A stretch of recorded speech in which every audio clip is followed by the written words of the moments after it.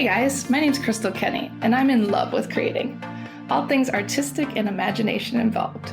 I'm an American girl who chased her creative dreams all the way to Paris, France, making a living using photography. This podcast takes you inside the stories of all the artsy folks I've met along the way and gives you that extra push to discover your creative gifts. The desire to create is deeply inside each and every one of us, and I give you the tools and inspiration to find a new way of living a more creative life. This is La Vie Creative, the podcast.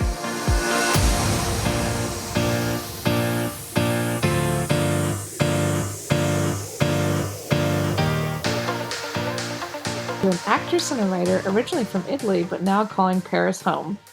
Her name is Chiara, and I hope you guys enjoy the show. So welcome to the show, Chiara. How are you today? I'm fine, thanks. How are you? I'm great. I'm so happy to finally chat with you. I've been following your work on Instagram, and it's really great to meet another local expat. But a lot of the people on my show are from America, but you were actually from Italy, and you moved to Paris a couple years ago. How long have you been here now? Well, there was the pandemic in the middle, so I moved to Paris in September 2018.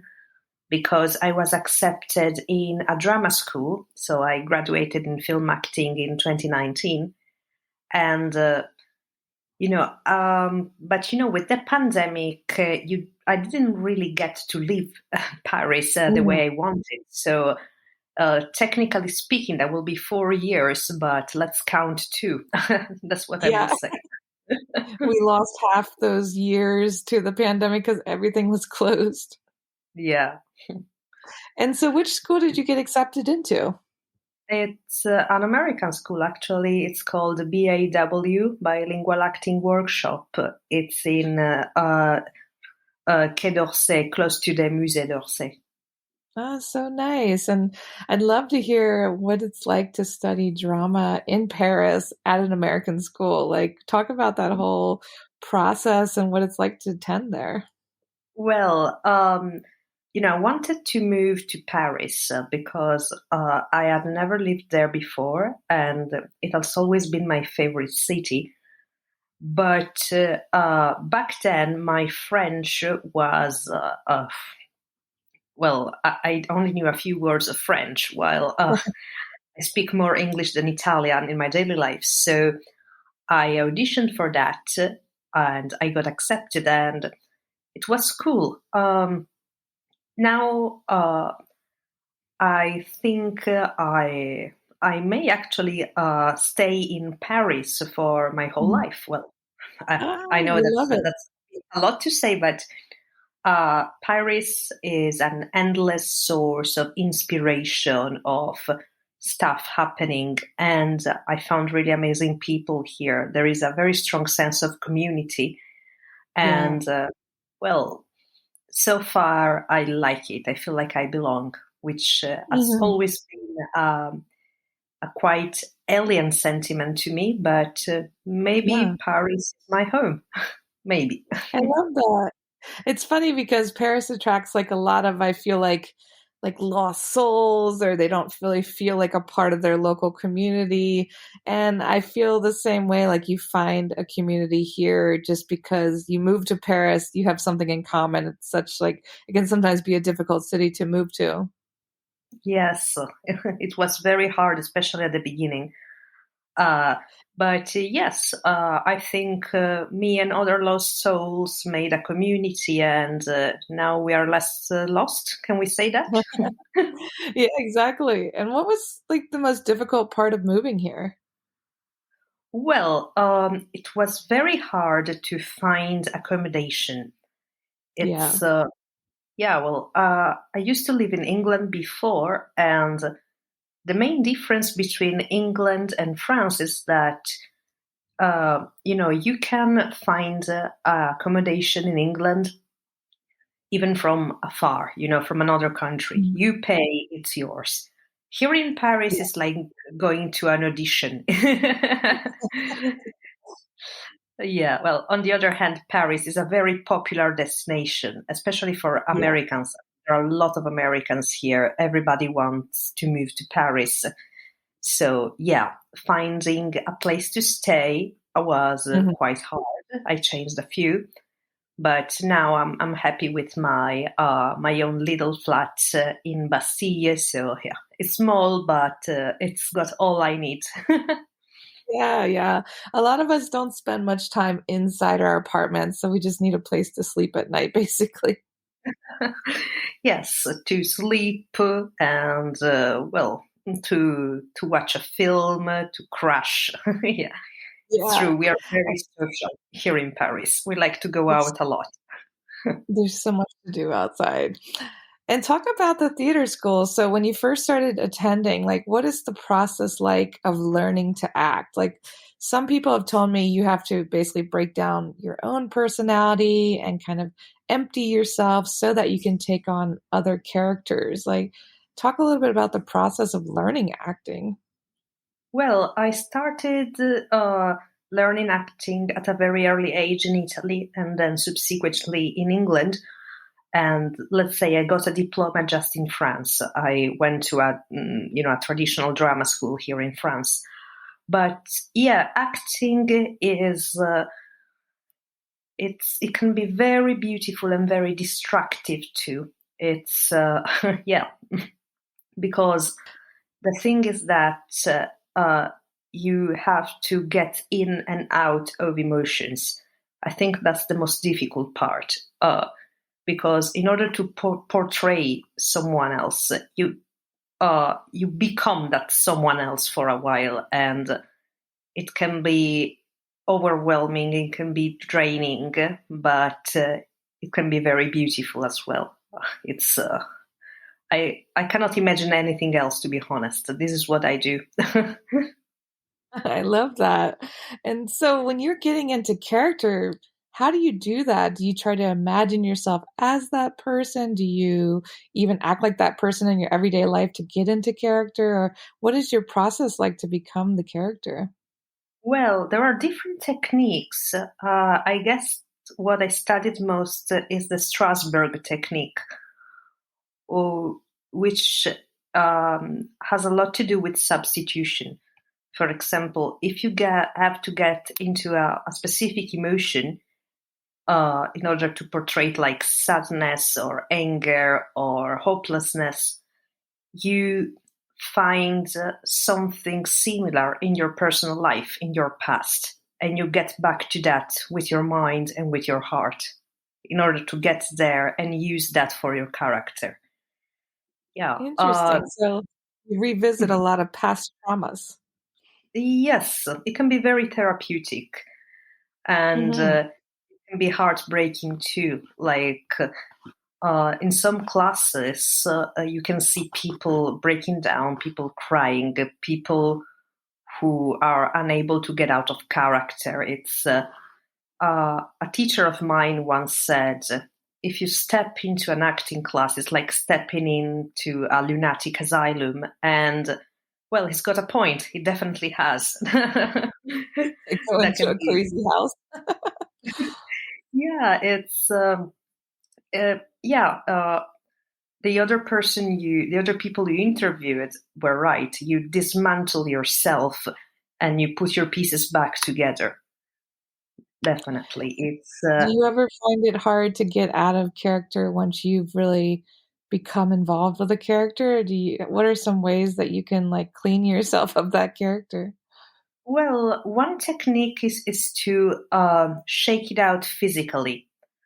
If you if you're stuck in an emotion, especially a negative or a heavy one good technique is to shake it out physically, like to jump on yourself, to scream, to run, to uh, basically mind and body are. I wouldn't say they are the same thing, but they work together. So what you feel inside, you feel it outside too. But yeah, to answer to your question, I sometimes have difficulty with that. I have trouble with that. Hmm. It's yeah, it happened to me a couple of times that I was stuck in an emotion for like I don't know how long, and it was it was quite something. but there Yeah, are I can imagine it would be very difficult to escape once you open that door. It's like, oh no, I don't want to feel this way anymore, but I'm kind of stuck. Yes, well, that's a very common problem. Uh, like the professional distortion of actors. Mhm. That's how we all have. And since you've studied in and worked in England and France and Italy, do you find differences in how theater is performed or the techniques? Like, what are some of the differences you've learned from being an actor in all these different countries? Well, the acting language is pretty much the same. In the different countries I lived, we all start with work on your body, on your physicality, on your breathing, and so on. And then we get deeper. We follow the majority of acting schools follow the teachings of Lee Strasberg, uh, Meissner, Stella Adler, Stanislavski, the whole modern theater. Say so. There can be a difference in how theater is perceived, on how many people actually go to the theater in France, in England, and Yeah. Italy. I have the feeling that in France is not an elite hobby. People actually go to theater more often than in Italy or England. Yeah, everything like culturally here is for the masses, it's not like an elitist thing. Yeah, yeah, or maybe it's just peculiar of Paris, but I think this is one of the things that attracted me the most. Is Mhm. culture is for everybody. Everybody loves culture. Everybody understands that culture is not only important, it's vital. So this is something I really love about my life in Paris. Yeah, it's everywhere. It's unavoidable. And Yeah. what made you decide to pursue a career as being an actress? Like, why did you even think to do that? I don't think there was a breaking or a turning point. It's something that just developed very naturally.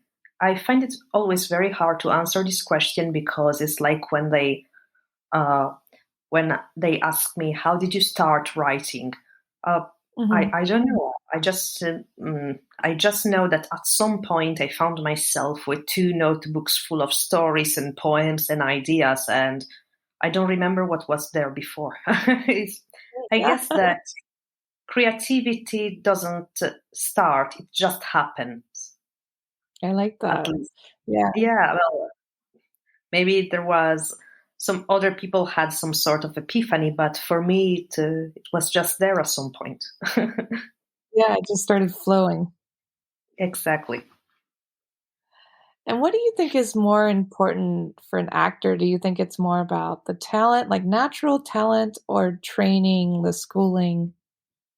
I think natural talent is important, but I shy away from those who say it's just natural talent. All the good actors you see are trained a lot, they work a Mm. lot, and in this job, you never stop learning. It's a continuous improvement. There's no Yeah. such thing as a natural born Oscar winner. Or, I Mhm. mean, natural talent is something, definitely, but it cannot only be that. Yeah. Yeah, it takes a lot of work and just doing it over and over again. Yes, all the And what's time. something you wish that people knew about acting in the world of theater that you don't think they necessarily understand or completely know about? What's something something you're doing or that you just wish they knew? Well, it makes me a bit sad to say that, but I noticed that even today, a lot of people fail to understand that it is a job. It's not a hobby, or uh, it's not something pretentious. It is a job, and it has to be Mhm. treated like a job. Yeah, And I definitely. think with the pandemic, we saw that because I wonder how many people would have actually survived without consuming any art while in lockdown, like without TV shows, without films, without books, without music. Those, like, culture saves lives. I like that. Culture saves lives. That should be a t-shirt. This sounded a little bit dramatic, maybe, but I think it's true. I agree. I completely agree. And talk a little bit about your writing. You enjoy writing stories, poems, and what inspires each story? Do you have to have a process when you sit down, or you just sit down and that's that? Well, I think it was Hemingway who said, just sit down and let the typewriter bleed. Just like in acting, it just happens. I started writing at a very early age, and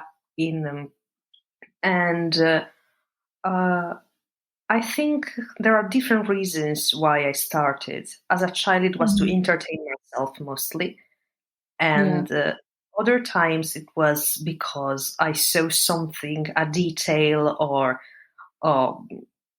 an object that struck something in my imagination, and so I wanted to develop a story on that, or some other time as a coping mechanism. Yeah, there are different reasons. And how has your work evolved and changed since moving to Paris? That's quite interesting.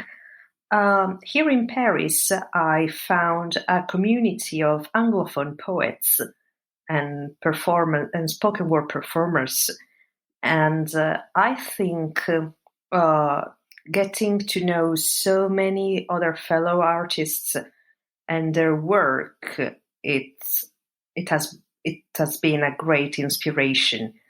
It's a continuous exchange of ideas, of styles, of everything. I think that my work is influenced by what I see and what I hear every day. I'm a very visual person, but also by reading a lot and listening to a lot of other performers. Yeah, you can be inspired by crossing mediums and just finding ways to work it into your own work. Exactly. And why do you think creatives are attracted to Paris? Well, because Paris is so full of art and culture. I myself, I am in love with French cinema. And I think this is one of the main reasons why I wanted to study acting in Paris.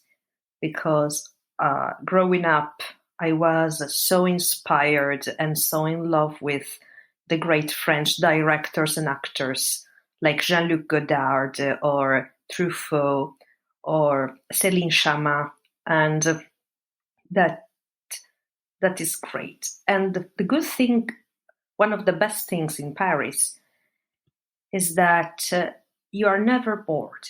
You can go out and stroll aimlessly. There is always going to be something that catches your attention or your imagination. I think that's the real treasure of Paris. Yeah, you don't have to spend a lot of money. You can just, like you said, roam around and find inspiration everywhere. Yeah, I think there is a word in French for that, like a person who walks around aimlessly and goes wherever his legs take him is called a flâneur, I think. Yes, you're right. That's so funny. Yeah, they even have a word for it. And how do you define creativity in your own words? It's not something you can always control, but as I mentioned before, I am a very visual person. I observe a lot, and what I observe sometimes makes an impression on me and stimulates my creativity. Growing up, I was lucky enough to live in different places and to meet different people and have different experiences. And this definitely had a big impact on my work. It's what I personally saw or heard was what inspires me the most. Yeah, you can draw from those emotions and those interactions. Yeah, exactly. You can transform them into something. And do you have advice for people who are searching for their own creative talents that maybe feel like they don't know what they're good at or what they enjoy even creatively? Well, I think I speak for a vast majority of artists if I say you never really know what you're good at. It's you never really know what your talent is or what your gift is or whatever. So I think the best advice I can give is to keep an open mind and don't rush things. I mean, this is what works for me. And Yeah, another thing that I was told when I was very young, it's a very good tip, which I shall never forget, is jot down every idea you have. I like that. I think so many times we have ideas running through our heads and then we just like, okay, yeah, I'll do that later. And then you completely forget about it. Yeah, I mean that's the case in the 9 out of 10 times, nine out of 10 times. Yeah. Yeah, you have to grab onto them because they'll float onto somebody else. Exactly. And what do you think is the main difference between theater and cinema today versus the past? Do you think it's going in a good direction, or do you think like cinema and acting and things is going in kind of a different direction? Hmm. Well, obviously things are different, but this is a good thing. Art is a continuous development. Change is the only constant. And I'm quite hopeful for the films that are made today. I think there is a brand new generation of directors and actors which do things that are really beautiful pieces of art. I think this is a great era for contemporary cinema.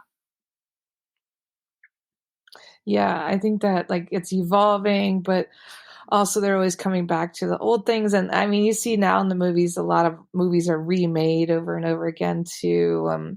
Especially in the big time cinema, and not like the small indie cinemas. But I hope we can keep coming up with new ideas and evolving in that way too. It's already come so fast. Yes, but I'm quite optimistic. I mean, new ideas, uh, it's what make us human. Like, Mhm. we are just ideas with a body. That's what we are as the humankind. Yeah, that's all we do. And when you're feeling uninspired, what do you do? What are some things that help you keep evolving and finding new inspiration? Well, uh, I'm a voracious reader and uh, film watcher. So um, I I read a lot. I listen to new music, and I go to the cinema fairly often. And but according to my experience, inspiration is not something you can rush. It can be very frustrating when you really want to create something, but you are just stuck. And here, what works for me is not to push it. Just just go with the flow. If it's meant to happen, it will happen. I think that's great advice. I think it's especially difficult in today's world because artists are expected to create on demand when you look at like famous musicians or writers and that everybody wants something from them constantly. So it's important to have that rest period as well. Yeah, I mean, I'm pretty sure that if you have to force something, that then you're gonna compromise on quality. I think that's very true the majority of times. Yes, I completely agree. And what are some of your favorite movies, books, writers, so people can go check them out and find inspiration too? Do you have some top people that you recommend? Well, it's very hard to pick a few, but lately I've been very inspired by the work of Patti Smith. Her books are very, very inspiring, and she, as an artist, as a photographer, as a musician, as a writer, as a poet, she's amazing and very inspiring too. And regarding the poetry, I think I have quite a crush on punk poet John Cooper Clarke, the Bard of Salford. And he's very inspiring, and his poetry is really something that doesn't leave anyone indifferent. And well, regarding films, oh my God, that's really, really, really a big question. I counted that in 2022, I watched over 100 films, and some of them were really, really amazing. Some were classics, some are new ones, but they are... some of them were really, really something cool. Yesterday, for instance, I watched Pearl, which is the new film starring Mia Goth and directed by Ty West. It's a period film / horror / slasher, and that was lovely. It's really it was lovely. Like that. It was horror. It was lovely. And where can people connect with you online and check out your work and follow your life? Yeah, well, I'm not super social. Like, I don't have Twitter, I don't have TikTok, but I have a functioning Instagram page at Missy Chiara Maxia, or, well, I'm on Facebook. That's perfect. Yeah, I'm the same way. I still haven't done TikTok. I'm just refusing at this point. I'm like, no. Yeah, also social media, I mean, can be great, but I've noticed it can really lower your creativity. So I try not to use media too much. Yeah, exactly. You get sucked into it. It's a good place to connect sometimes, but it can also be very draining. Yes, I think draining is the correct word. Exactly. I think that's a great note to end on. Thank you so much for chatting with me today, and I can't wait to see what you'll do next. Thank you.